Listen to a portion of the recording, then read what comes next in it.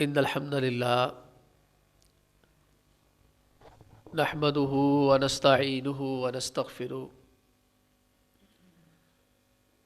ونعوذ باللہ من شرور انفسنا ومن سیئات اعمالنا من يهده اللہ فلا مضل له ومن يضلل فلا هادی له وأشهد أن لا إله إلا الله وأشهد أن محمدًا عبده ورسوله أما بعد فإن خير الحديث كتاب الله وخير الهدي هدي محمد صلى الله عليه وسلم وشر الأمور محدثاتها وَكُلُّ مُحْدَثَةٍ بِدْعَةٍ وَكُلُّ بِدْعَةٍ ضَلَالَةٍ وَكُلُّ ضَلَالَةٍ فِي النَّارِ۔ قال اللہ تعالی فی محکم تنزیلی ان اللہ لا یغیر ما بقوم حتی یغیروا ما بانفسہم۔ محترم بھائیو، عزیز بزرگوں اور دوستو، اللہ کے نبی علیہ الصلاۃ والسلام نے ایک بار صحابہ اکرام رضی اللہ تعالی عنہم سے پوچھا، اتدرون من المفلس، کہ آپ کو پتہ ہے کہ ڈیفالٹر اور قلاش کون ہے؟ عربی زبان میں یا عربی دور میں 3 طرح کے سکے چلتے تھے۔ کرنسیاں اس دور کی 3 تھیں۔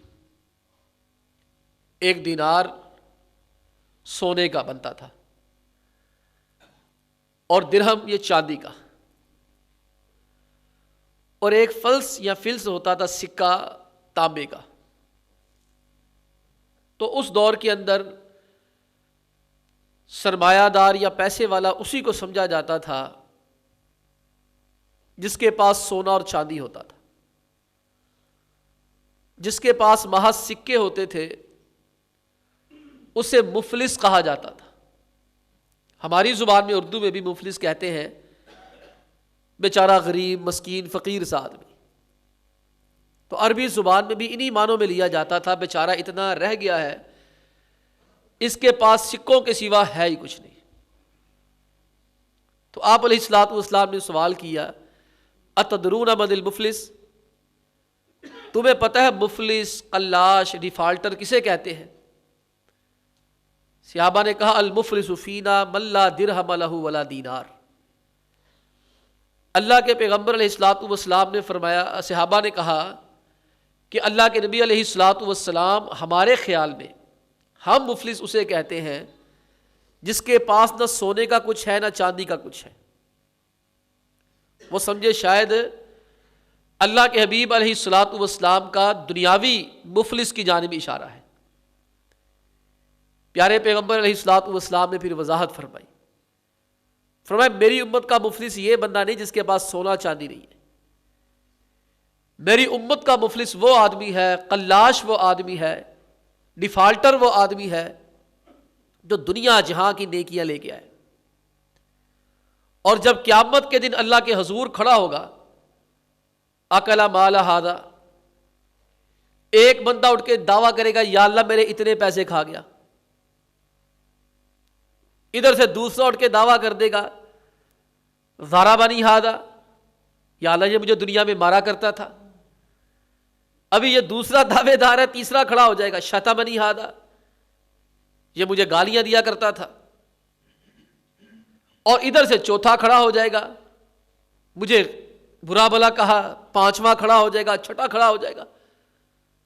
تو اس وقت جو ہے وہ سونا چاندی سے حساب کتاب نہیں ہوگا۔ اگر تو اکاؤنٹ میں نیکیاں ہیں تو جس کے ساتھ زیادتیاں کی ہیں اللہ اس کے حق دبائے ہیں کھائے ہیں، ٹھیک ہے بھائی، اس کی حق تلفی کی ہے اور دنیا میں معافی تلافی نہیں کی ہے تو ٹھیک ہے، اپنی نیکیاں اسے دے دو جتنی بنتی ہے۔ اور دوسری شکل یہ ہے اگر تمہارے پاس نیکیاں نہیں ہیں یا نیکیاں ختم ہو گئی ہیں، دعوے دار باقی ہیں، تو دعویٰ کرنے والوں کی جو برائیاں ہیں وہ اس کے سر ڈال دی جائیں گی۔ پیارے پیغمبر علیہ السلام فرماتے ہیں میری امت کا مفلس اور قلاش یہ ہے جو اللہ کے بندوں کے حق مارتا رہا ہوگا، کسی کا مال کھا لیا، کسی کو دھوکہ دے دیا، کسی سے فراڈ کر لیا، کسی سے جھوٹ بول لیا، کسی نہ کسی طریقے سے لوگوں کو تکلیفیں پہنچاتا رہا۔ آپ علیہ السلام فرماتے پھر اس کی نیکیاں لے کے مظلوموں کو دی جائیں گی۔ جب اس کی نیکیاں ختم ہو جائیں گی، جس کے پاس نیکیوں کے انبار ہیں، پہاڑ ہے، بڑا حاجی ہے، بڑا نمازی ہے، بڑا صوفی ہے، بڑا زکاتی ہے، لوگ اس کو دیکھ کے صفیں چھوڑ دیتے، اذانیں دیتا ہے، درس دیتا ہے، زکاتیں دیتا ہے، بڑا لوگوں کے اندر مشہور ہے، یہ بڑا اللہ کا ولی ہے، یہاں آ کے ڈنڈیاں مارتا ہوگا۔ پیارے پیغمبر علیہ السلام فرماتے دے دے کے اس کی نیکیاں ختم ہو جائے گی، دعوے دار اب بھی باقی ہوں گے۔ پھر دعوے داروں کی برائیاں لی جائیں گی اور دعوے داروں کی برائیاں لے کے اس کے سر چڑھا دی جائیں گی، پھر اس کو اللہ تعالیٰ جہنم کی آگ کے اندر پھینک دے گا۔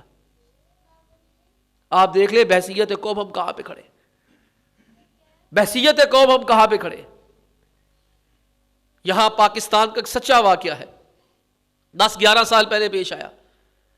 ایک میاں بیوی مسلمان ہوئے، آمنہ لودھی کی کتاب پڑھ کے، اس کی بھی الگ ایک داستان ہے، اس خاتون کی بھی، وہ بھی ایک نئی مسلمان ہے، اللہ تعالیٰ نے اسے ہدایت دی، مودودی صاحب کی کتاب پڑھ کے مسلمان ہوئی۔ مودودی صاحب کو خط لکھا میں امریکن ہوں، تو میں مسلمان ہو گئی اور میں کیا کروں، یہاں تو کافر ہے، میں کہاں جاؤں، میرے ماں باپ مجھے رکھتے نہیں ہیں۔ مودودی صاحب کو خط ملا تو انہیں خط کا جواب لکھا، بیٹا ایسا کرو تم میرے پاس آ جاؤ، میں تمہیں اپنی بیٹی بنا کے رکھ لیتا ہوں۔ انہوں نے اس عورت کو بلا کر اپنی بیٹی بنا لیا، اپنے بچوں کے ساتھ رکھا، بیٹی کی طرح پھر اس کی تربیت کی اور بیٹیوں کی طرح اس کی شادی کی یوسف خان نامی بندے کے ساتھ۔ اس خاتون نے دین پڑھا، کتابیں لکھی دین کے اوپر۔ اس بندے نے جو مسلمان ہوا، اس کی بیوی مسلمان ہوئی، وہ اس خاتون کی کتاب پڑھ کے مسلمان ہوئے۔ حقیقی مسلمان، اصلی مسلمان ہماری طرح کے نسلی مسلمان نہیں تھے، حقیقی اصلی مسلمان۔ تو جناب والا وہ پوری دنیا کا وزٹ کیا، سعودی عرب بھی پسند نہیں آیا، کہیں سے پتا چلا پاکستان دین اسلام کے نام پہ بنا ہے، جب پاکستان کو بنے ہوئے 50-60 سال گزر چکے ہیں۔ کہیں سے پتا چل گیا پاکستان کا مطلب کیا، لا الہ الا اللہ۔ یہ وہ ملک ہے جو اسلام کی بنیاد پہ بنایا گیا ہے اور مسلمانوں نے اس کو بنانے کے لیے بڑی قربانیاں دی، بڑی ہجرتیں کی ہیں۔ آپ تاریخ پڑھ کے دیکھ لیں، نبی کریم علیہ الصلوۃ والسلام کے بعد یہ دوسرا ملک ہے مدینہ کے بعد جہاں ہجرتیں ہوئی ہیں اتنی زیادہ۔ یہ ہجرتیں کر کے، وہ بھی ہجرت کر کے یہاں آ گئے، کانوں کو ہاتھ لگاتے ہوئے پاکستان واپس چلے، پاکستان چھوڑ کے چلے گئے، کہتے یہاں رہنے سے بہتر ہے ہم کافروں کے ملکوں کے اندر جا کے رہ لیں۔ کہتے اگر اس ملک کے اندر گئے تو ہمارا ایمان محفوظ نہ رہے گا، کافروں کے اندر ہمارا ایمان محفوظ رہ جائے گا۔ انہوں نے پھر وجہ بتائی، جس کالم نگار نے یہ واقعہ لکھا اس کو وجہ بتائی ساری، اظہار الحق اس کا نام ہے، تلخ نوائی کے نام سے آج کل غالباً دنیا میں یا کسی اور اخبار میں لکھ رہا ہے، یا 92 میں، پہلے نوائی وقت میں لکھتا تھا، اس دور کی بات ہے جب اس نے مضمون لکھا۔ اس نے کہا کہ مجھے انہیں بتایا کہ ہم پاکستان چھوڑ کے کیوں جا رہے ہیں۔ اس نے کہا ہم نے جس کے ساتھ بھی معاملہ کر کے دیکھا ہے، اگر ہم نے گھر بنانا چاہا ہے، ہر بندے نے ہمیں 2 نمبر مٹیریل دیا ہے، اور اگر کسی نے ہم سے قرضہ لیا اس نے لے کے واپس نہیں کیا، اور چکر پہ چکر، ایک بندہ بھی اپنے وعدے کے پورا نہیں اترتا، ایک بندہ بھی یہ نہیں کہتا کہ ٹھیک ہے 10 تاریخ کو آپ کا کام ہو جائے گا، تو کیا مجال ہے 10 تاریخ کو کام ہو جائے۔ ہم جتنے یہاں بیٹھے ہیں میرے سمیت، ہم اچھی طرح غور و فکر کر لیں، کیا ہم ایسا کرتے کہ نہیں کرتے؟ ہم وعدہ کرتے ہیں لوگوں کے ساتھ آپ کی پیمنٹ 10 کو ہو جائے گی، 11، 12، 13، لو جی فون نہیں اٹھاتے۔ اس نے یہ بھی شکوہ کیا، اس نے کہا یہاں جان پہ بنی ہوتی ہے، فون پہ فون کر رہے ہیں، فون اٹھانا تک گوارا نہیں کرتے۔ اس نے کہا تعلیم کا شعبہ، وہاں پر فراڈ لوگ بیٹھے، میڈیکل کا شعبہ ہے، وہاں پر چھرے لے کے بیٹھے ہوئے ڈاکٹر، مسیحا نہیں ہے یہ ڈاکو زیادہ لگتے، ڈاکٹر نہیں ڈاکو زیادہ لگتے۔ اور اس نے کہا اس سے زیادہ افسوسناک صورتحال یہ تھی کہ یورپ کے اندر جو ہم نے نہیں دیکھی کہ جگہ جگہ گندگی کے ڈھیر لگے ہوئے، کہ یورپ میں بھی مسجدیں بنائی جاتی ہیں خواتین کے لیے، ایک علیحدہ پورشن مسجد کا رکھا جاتا ہے. کہتا میری بیگم کی نمازیں رہ گئی باجماعت، کس وجہ سے؟ کہ ان کی مسجدوں کے اندر خواتین کے لیے نماز پڑھنے کا اہتمام ہی کوئی نہیں. اور اگر ہم نے اس چیز کے زور دیا کہ خواتین کے لیے نماز کا اہتمام کرو، ہمیں برا بھلا کہنا شروع کر دیا. پھر اس نے ایک انتہائی افسوسناک بات کہی. اس نے کہا ایک آدمی، مجھے کسی نے کہا یہ بڑا ہی ایماندار ہے، بڑا حاجی صاحب ہے. کہتا میں نے اس کے ساتھ کوئی معاملہ کر لیا. کہتے باقی لوگوں سے بھی وہ گندا نکلا، حاجی بھی ہے، نمازی بھی ہے، سارا کچھ کرتا ہے. اس نے کہا کہ باقی لوگ پیسے لینے کے بعد پھر بھی تھوڑا بہت کام کر دیتے تھے، یہ حاجی صاحب تو پیسے لے کے مکر ہی گئے. پیسے لیے، اچھا اب کرتے ہیں، تب کرتے ہیں، جب کرتے ہیں. ارے حج بھی کیتی جاندے ہو، لو بھی پیتی جاندے ہو. حج بھی کیتی جاندے ہو، لو بھی پیتی جاندے ہو. کھا کے مال یتیماں دا بھج مسیتی جاندے ہو. نفس اپنے نو مارو نہیں، دمبئی کیتی جاندے ہو. دل دے پاک حجرے وچ پری پلیتی جاندے ہو. یہ کوئی سرٹیفکیٹ مل گیا ہے، داڑھی رکھ لی ہے کہ حج کر کے میں آ گیا تو میں نے زیادہ چھرا بن جانا ہے. اللہ کی قسم لوگ ڈرتے ہیں آج اس طبقے سے. کس وجہ سے ڈرتے ہیں؟ کالی بیڑوں کی وجہ سے. وہ جنہوں نے اس پیشے کو بدنام کیا ہے، چاہے وہ دین پڑھانے والے ہوں، دین پڑھنے والے ہوں، یا کاروبار کے اندر بیٹھے ہوں. اللہ کی قسم اٹھا کر کہتا ہوں کہ میرا اس شعبے کے ساتھ آج کی طرح نہیں کہ ایک دو دن کا تعلق ہو. میرا الحمدللہ 7 سال کی عمر سے مسجدوں کے اندر رہا ہوں. میں 37 سال کا ہوگا، 30 سال سے پڑھتا پڑھا رہا ہوں، اور ہمہ وقت ڈیوٹی ہے، آن ڈیوٹی ہوں، ہر وقت یہی کام ہے. میری یہ کیفیت ہے، کسی ظاہری دیندار کی شکل دے کے مجھے ڈر لگنا شروع ہو جاتا ہے. اس کے ساتھ معاملہ کرتے ہوئے میری روح کانپ جاتی ہے، اس لیے کہ میں نے لوگوں کو دین کے نام پہ دھوکے اور فراڈ کرتے دیکھا ہوا ہے. میں پروفیشنل آدمی ہوں، اس پروفیشن کا آدمی ہوں.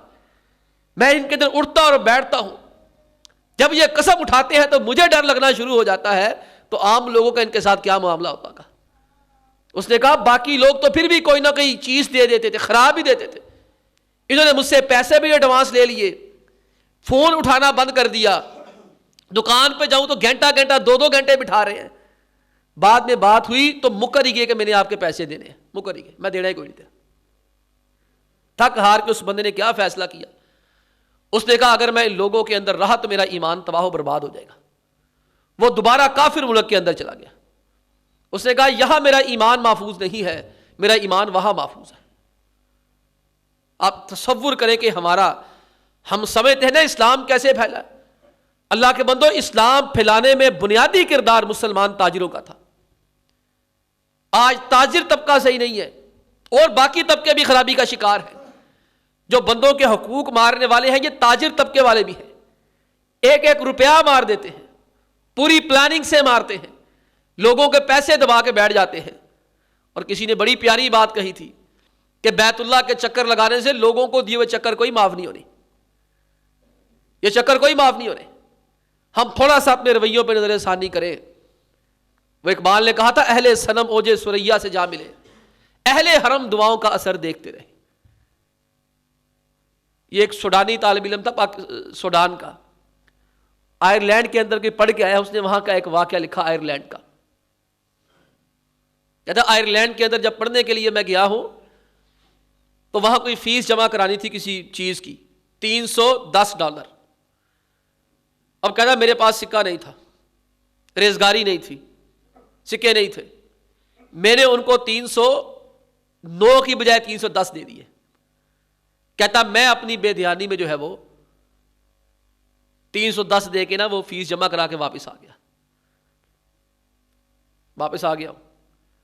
ان کے پاس کہتا میرا پتہ تھا. کتنے مہینوں کے بعد مجھے خط آیا، باقاعدہ مجھ سے معذرت کی گئی کہ ہم آپ سے معافی چاہتے ہیں، جب آپ نے $310 ہمیں دیے تھے ہمارے پاس ریزگاری نہیں تھی، ایک سکہ نہیں تھا آپ کو دینے کے لیے، $1 نہیں تھا ہمارے پاس، تو ہم معذرت کے خط کے ساتھ آپ کو آپ کا $1 واپس بھیج رہے ہیں.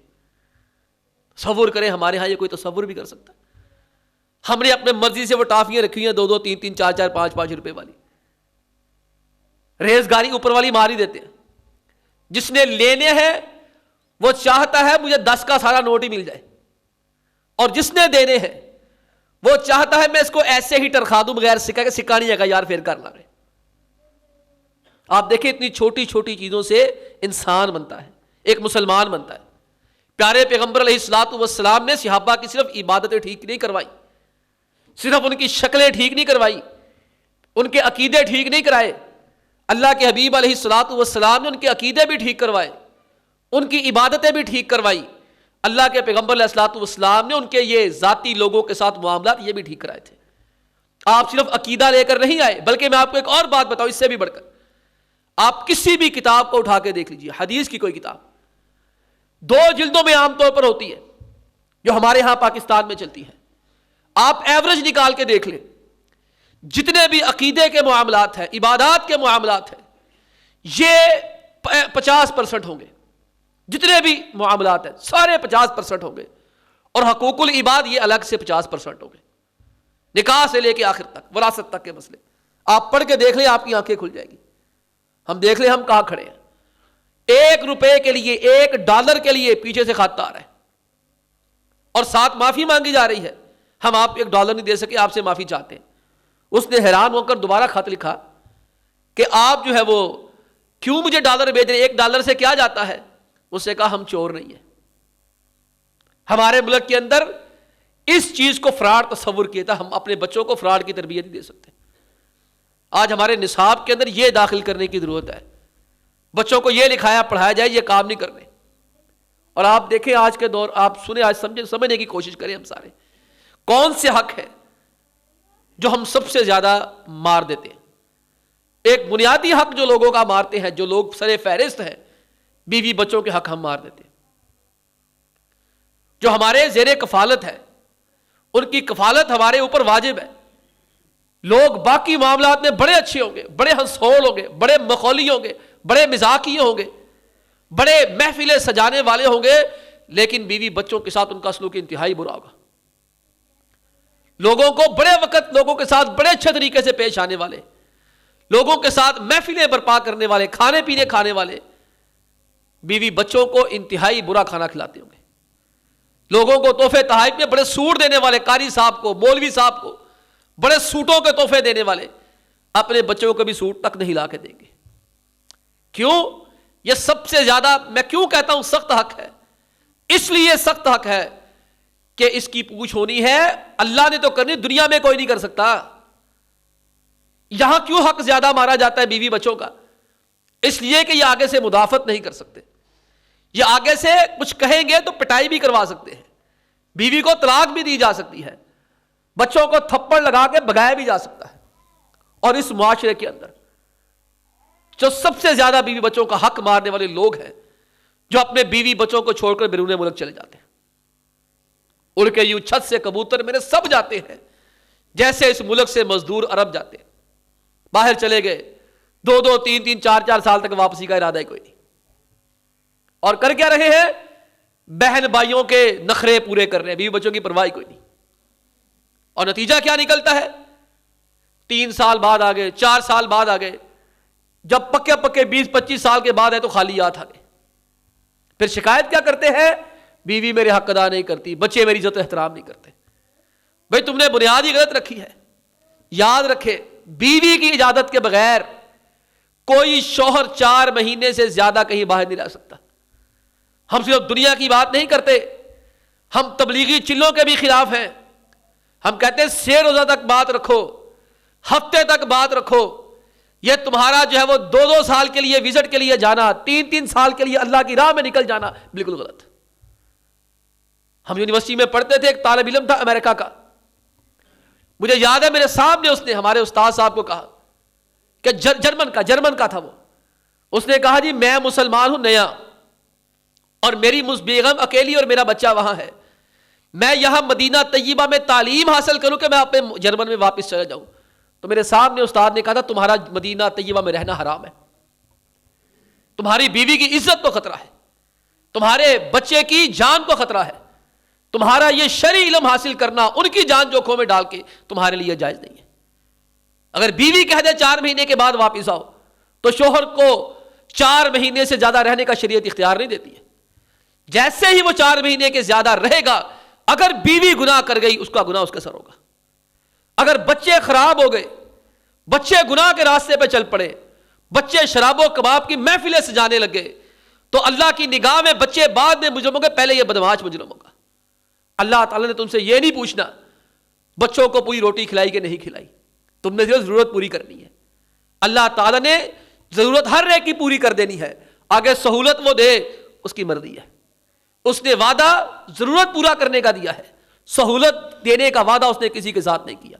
وَمَا مِن دَابَّةٍ فِي الْأَرْضِ إِلَّا عَلَى اللَّهِ رِزْقُهَا. جتنے بھی رینگنے والے ہیں، انسان ہے، جانور ہیں، سب کا رزق اللہ کے ذمہ ہے. شارحین اس آیت کی روشنی میں لکھتے ہیں کہ رزق اللہ دے گا، اس سے مراد ضرورت اللہ پوری کرے گا، سہولت یہ اپنے قوت بازو پہ انسان نے محنت کر کے دینی. پھر اللہ جس کو باغ لگانا چاہے باغ لگا دے. اس لیے گریز کرے، اپنی بیٹیاں ایسے لوگوں کے ساتھ مت بیاہیں جو 6 سال کے لیے، 3 سال کے لیے، 4 سال کے لیے ملک سے باہر چلے جاتے ہیں. کیا بچی کا مستقبل روشن ہے؟ اللہ کے بندوں، کھانے پینے کی ضرورت وہ پوری کر دے گا، جسمانی ضرورت کون پوری کرے گا؟ اور صحابیہ نے شکایت کر دی. جناب عبداللہ بن عمر بن عاص رضی اللہ تعالی عنہ، عظیم باپ کے عظیم بیٹے، شادی ہو گئی. ان کے والد گرامی عبداللہ عمر بن عاص رضی اللہ تعالی عنہ گھر تشریف لائے، بیٹے کے گھر. اپنی بہو کو کہہ گئے، بیٹا میری بیٹی، میرا بیٹا کیسا ہے؟ اس نے کہا بندہ تو بڑا اچھا ہے، پر ہمارے بستر پہ کبھی شکن نہیں پڑی. کہا کیا مطلب؟ کہتی دن کو روزہ رکھتا ہے، رات کو اللہ اللہ کرتا ہے، مصلے پہ رہتا ہے، میرے پاس تو کبھی آیا نہیں، مجھے تو کبھی ہاتھ لگا کے نہیں اس نے دیکھا. شکن تو بستر پہ تب پڑے جب میرے پاس آ کے سوئے گا، شرعی تقاضے پورے کرے گا. باپ سمجھدار تھا اور ایسا ویسا نہیں تھا. دنیا کے سمجھدار ترین لوگوں میں سے جناب عمر بن عاص رضی اللہ، سیدھا جا کے شکایت لگائی، اللہ کے پیغمبر علیہ الصلوۃ والسلام میری بہو نے یہ شکایت کر دی ہے. پیارے آقا علیہ الصلوۃ والسلام جناب عبداللہ کو، عبداللہ کیا روٹین ہے تمہاری، یہ عبادت کے کیا معاملات ہیں؟ کہیں گے اللہ کے نبی علیہ الصلوۃ والسلام سارا دن روزہ رکھتا ہوں، قرآن پڑھتا رہتا ہوں، اور رات ساری میری مصلے پہ گزرتی ہے. میں تم غلط کر رہے ہو. ان لزوجک علیک حق، تیری بیوی کا بھی تیرے اوپر کوئی حق ہے. یہ حق اللہ نے ہی ادا کیے ہیں، اللہ نے ہی مقرر کیے ہیں، یہ بیوی نے خود ساختہ مقرر نہیں کیا. عبداللہ ایسا مت کیا کرو. کہا نہیں جی میں روزانہ کا ایک قرآن پڑھ سکتا ہوں، میں روزانہ روزہ رکھ سکتا ہوں، ساری رات اللہ کی عبادت کر سکتا ہوں. میں عبداللہ کرو گے ضرور، اللہ نے ثواب تجھے کوئی نہیں دینا، ثواب تجھے کوئی نہیں ملا. مہینے میں 3 روزے رکھا کرو، روزانہ کے 5-6 سپارے پڑھ لیا کرو، بڑے ہی ہے. تو ان کو بتایا ان لعینک علیک حق، اللہ کے بندے تیری آنکھ کا بھی تیرے اوپر حق ہے، آنکھوں کی بیماریاں لگ جائیں گی. لنفسک علیک حق، تیرے جسم کا بھی تیرے اوپر حق ہے، جاگ جاگ کے جسم تباہ ہو جائے گا.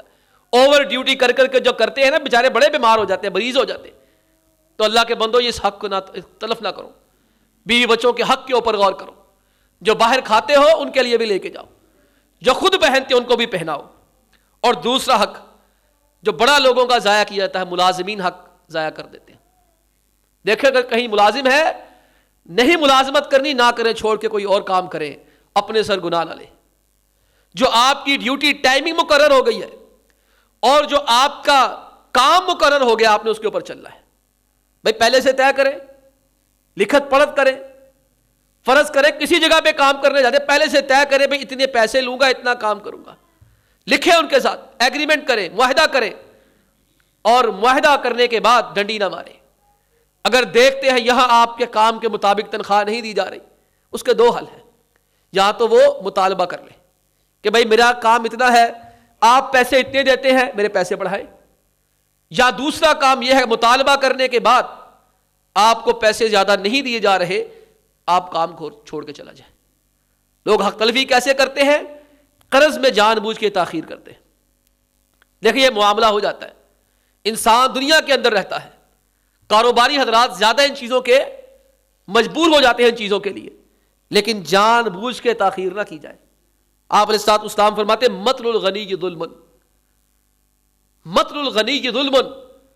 فرمایا یہ جو بندہ غنی ہے، پیسے والا ہے، قرض کی ادائیگی میں تاخیر کرتا ہے، وہ اللہ کے ہاں مجرم اور ظالم ہے. اور ایک روایت میں آتا ہے کہ جو بندہ کسی سے قرض لیتا ہے اور اس کے بعد پاس دینے کی سکت بھی ہے، صلاحیت بھی ہے، جان بوجھ کے تاریخ پہ تاریخ دیتا ہے، لٹکاتا ہے. پیارے پیغمبر علیہ الصلوۃ والسلام فرماتے ہیں اللہ کے ہاں وہ چور جیسا گناہگار ہے. ایسا مت کریں. یہ بھی اللہ کے بندوں کے حقوں میں سے ایک حق ہے. لوگ فون بند کر لیتے ہیں، بات کرنا بند کر دیتے ہیں. اور بھائی اگر نہیں ہے تو صاف بتاؤ کہ میرے پاس نہیں ہے. کم از کم لینے سے پہلے سوچ لو کیا بعد میں ادا کر سکتا ہوں. آج ہمارے انہی حقوق العباد میں یہ گڑبڑ کی وجہ ہے کہ معاشرے میں لوگ ایک دوسرے پہ اعتبار نہیں کرتے. ایسی جو حق تلفی کی جاتی ہے، بہت بڑی حق تلفی ہے، بہت زیادہ بڑی حق تلفی ہے، اور ہماری نگاہ میں سب سے چھوٹی ہے. لوگوں کے وقت ضائع کرتے ہیں، لوگوں کے اوقات کا ہم خیال نہیں کرتے، نہ لوگوں کے سونے کا خیال کرتے ہیں، نہ لوگوں کے جاگنے کا خیال کرتے ہیں. ہمارے ہاں شادی بیاہ ہوتے ہیں، محلے میں، گلیوں میں، ہم کیا تماشا لگاتے ہیں، کیسے لوگوں کو ہم اذیت دیتے ہیں، کیسے لوگوں کو تکلیف دیتے ہیں.